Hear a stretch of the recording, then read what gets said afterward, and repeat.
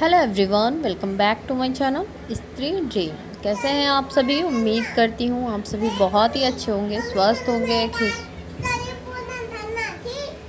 खुश होंगे और अपनी अपनी लाइफ में बहुत ही पॉजिटिविटी के साथ आगे बढ़ रहे होंगे।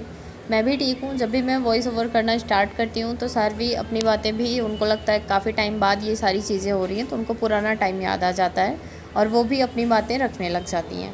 फ़िलहाल आज मेरे दिन की शुरुआत हुई थी सुबह के 5:30 बजे और सुबह उठकर एज़ यूजुअली मैं फ्रेशन अप होने के बाद यहाँ पर ब्रश करने के बाद फिर मैं पानी गर्म करूँगी, पानी पीऊँगी। वैसे आज मंडे का दिन है, सेकंड मंडे का फास्ट है। वैसे थर्ड मंडे हो गया क्योंकि सावन जब लगता है तो हम लोग एक मंडे पहले से स्टार्ट करते हैं, तो आज तीसरा उपवास है। तो पानी गर्म करके पी लेने के बाद फिर मैंने साथ में आलू भी रख दिया था बॉईल होने के लिए, जिसमें सब मिलाकर मेरे 15-20 मिनट गए थे। और अब मैं चल रही हूँ अपने स्टडी टेबल के साइड। अब मम्मी यहाँ पर सोई हुई थी बट मैंने मम्मी को बोला कि आप सारवी के पास ही सो जाइए, और वो चली गई उस रूम में सोने के लिए। और यहाँ पर मैं थोड़ा सा क्लीन करूँगी, उसके बाद पढ़ूँगी।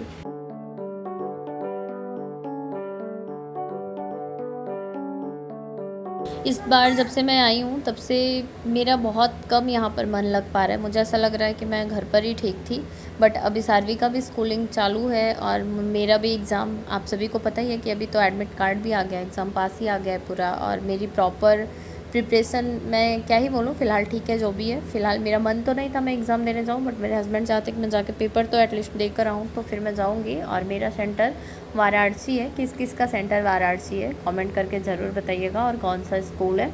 और अभी 3-4 दिन बचा है तो मैं ज़्यादा हिंदी पर फोकस कर रही हूँ, क्योंकि हिंदी मैंने नहीं पढ़ा था। पीछे जो भी मैंने पढ़ा था बस जीएस ही पढ़ा था, थोड़ा बहुत हिंदी देखा था, वही तत्सम तद्भव यही सब चीज़ें। अदरवाइज़ मैंने हिंदी सीरियसली नहीं पढ़ा था। तो अभी जो भाषा भास्कर हिंदी का चैनल है वहाँ से मैं हिंदी के विहंगावलोकन करके कुछ सीरीज़ चलाएँ, 7-8 क्लासेस हैं, तो बहुत ही अच्छी है। स्पीड में करके वो सारी क्लासेस देख रही हूँ, तो यहाँ पर मैं वही स्टार्ट कर रही थी। अभी आज 21 तारीख हो गया है और 27 को आरओ का एग्ज़ाम हो जाएगा। उसके बाद बहुत सारे लोगों ने पेट का फॉर्म भी अप्लाई किया होगा, एंड बहुत सारे लोगों का 10+2 वाला एनटीपीसी का भी एग्ज़ाम होगा।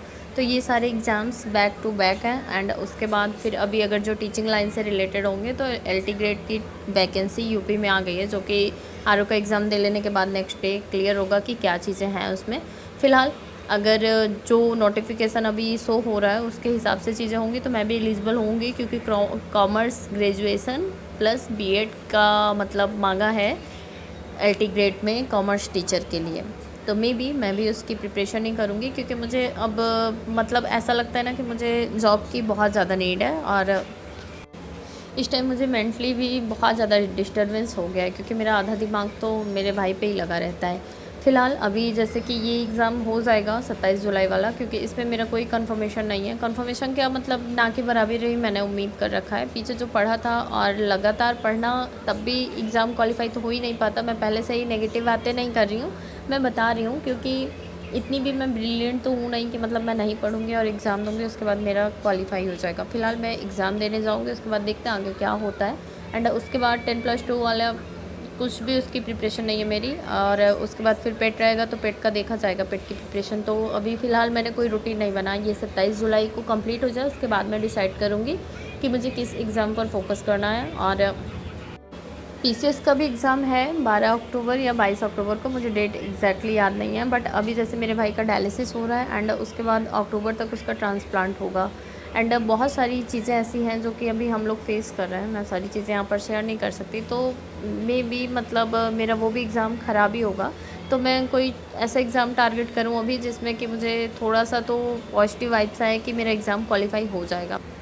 मैं इतने दिनों से वीडियो नहीं बना रही थी, तो बहुत सारे कमेंट्स आ रहे हैं कि मतलब मैं ब्लॉग क्यों नहीं बना रही हूँ। तो मैं मोबाइल मेरा ख़राब हो गया था, सानवी ने मेरे मोबाइल में मतलब थूक दिया था और पानी चला गया था, जिसकी वजह से डिस्प्ले ख़राब हो गया था। और डिस्प्ले मतलब बना, बट मोबाइल मुझे चेंज करना पड़ा। तो अभी मोबाइल मेरा बन गया है।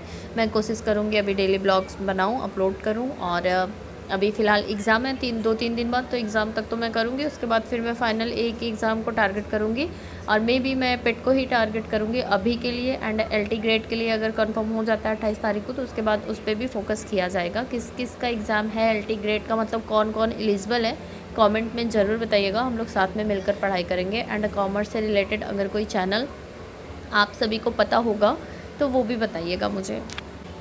एंड LT ग्रेड के लिए अगर कॉमर्स का बैच कोई परचेज़ कर रहा होगा तो मुझे भी बताइएगा कि किसका बैच अच्छा पड़ेगा। वैसे मुझे पूरे 10 साल हो गए कॉमर्स पढ़ के, और 120 नंबर का कॉमर्स मतलब सब्जेक्ट के क्वेश्चंस आने वाले हैं, एंड 30 नंबर की GS आने वाली है। तो GS वाले के लिए तो चलो ठीक है, मैं हमेशा से पढ़ रही हूँ तो वो चीज़ें मैं कवर अप कर लूँगी, बट कॉमर्स के लिए मुझे अच्छी प्रिपरेशन करनी पड़ेगी क्योंकि वैकेंसी भी कम ही होगी कॉमर्स की और कॉम्पिटिशन ज़्यादा होगा।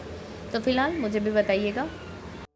और फ़ोन ख़राब हो जाने की वजह से मैं वीडियो नहीं बना रही थी। फ़िलहाल फ़ोन तो अभी 4-5 दिन से ख़राब था, बट उसके पीछे भी मेरा मन ही नहीं होता है कि अभी मैं व्लॉग बनाऊं, क्योंकि जब मैं प्रॉपर पढ़ाई नहीं कर पाती तो मैं हमेशा से कहती हूँ मुझे समझ ही नहीं आता कि मैं वीडियो में आप लोगों को दिखाऊँ क्या, क्योंकि मैं एकदम सिंपल रहती हूँ ना, कुछ ऐसा मैं मतलब खाना पीना ही बना रही हूँ जो मैं आप लोगों के साथ शेयर करूँ, या फिर कुछ ऐसा मेरी लाइफ में रोमांचक हो जो कि आप लोगों को मैं दिखाऊँ। तो इसी वजह से मैं वीडियो नहीं बना रही थी, और जो भी मेरा वेट कर रहे थे, जिसको भी मेरा वेट करना पड़ा, उससे मैं माफ़ी चाहूँगी। एंड अभी फ़ोन सही हो गया है, और अब कोशिश रहेगी कि ब्लॉग भी डेली अपलोड हो। और आप लोग भी मुझे कमेंट करके बताइएगा कि मुझे किस एग्ज़ाम की प्रिपरेशन करनी चाहिए, क्योंकि मेरी सिचुएशन से आप लोग बहुत ही अच्छे से वाकिफ़ हैं कि मैं अभी किस दौर से चल रही हूँ। फ़िलहाल मैंने कहीं पढ़ा था कि जब अच्छे दिन आने वाले होते हैं ना, तो वर्स्ट से वर्स्ट सिचुएशन होती चली जाती है। तो इस टाइम मैं कह सकती हूँ कि सबसे बुरी सिचुएशन चल रही है मेरी लाइफ की। मतलब अब तक तो बहुत बुरी बुरी चीज़ें मैंने देख रखी हैं, बट इससे भी मुझे लगता है ये बुरा सिचुएशन चल रहा है। बट गिव अप नहीं करना है, मुझे अपनी लाइफ को आगे बढ़ाना है और हर सिचुएशन में डट कर खड़े रहना है। कुछ चीज़ें हैं जो मेरे कंट्रोल में नहीं हैं, बट कुछ चीज़ों को मैं अगर कंट्रोल कर सकती हूँ, कंट्रोल नहीं कर सकती तो एटलीस्ट उसके लिए कुछ सॉल्यूशन निकाल ही सकती हूँ। बाकी आज का ये छोटा सा ब्लॉग था। अभी दोपहर का टाइम हो गया था और मैं गई थी शार्वी को लाने के लिए। यहाँ पर शार्वी को स्कूल से लाने के बाद मैंने उनको चेंज वगैरह करा दिया था, और आज सुबह ही मैंने बताया मतलब स्टार्टिंग में कि हम लोगों का फास्ट है, तो मैंने मम्मी के लिए चिप्स फ्राई किया था। वो नमक नहीं खाती और मैं नमक खाती हूँ, तो मैंने आलू बनाया था, और उसके बाद दही का जूस बनाया था। आज के लिए बस इतना ही, कल फिर मिलती हूँ।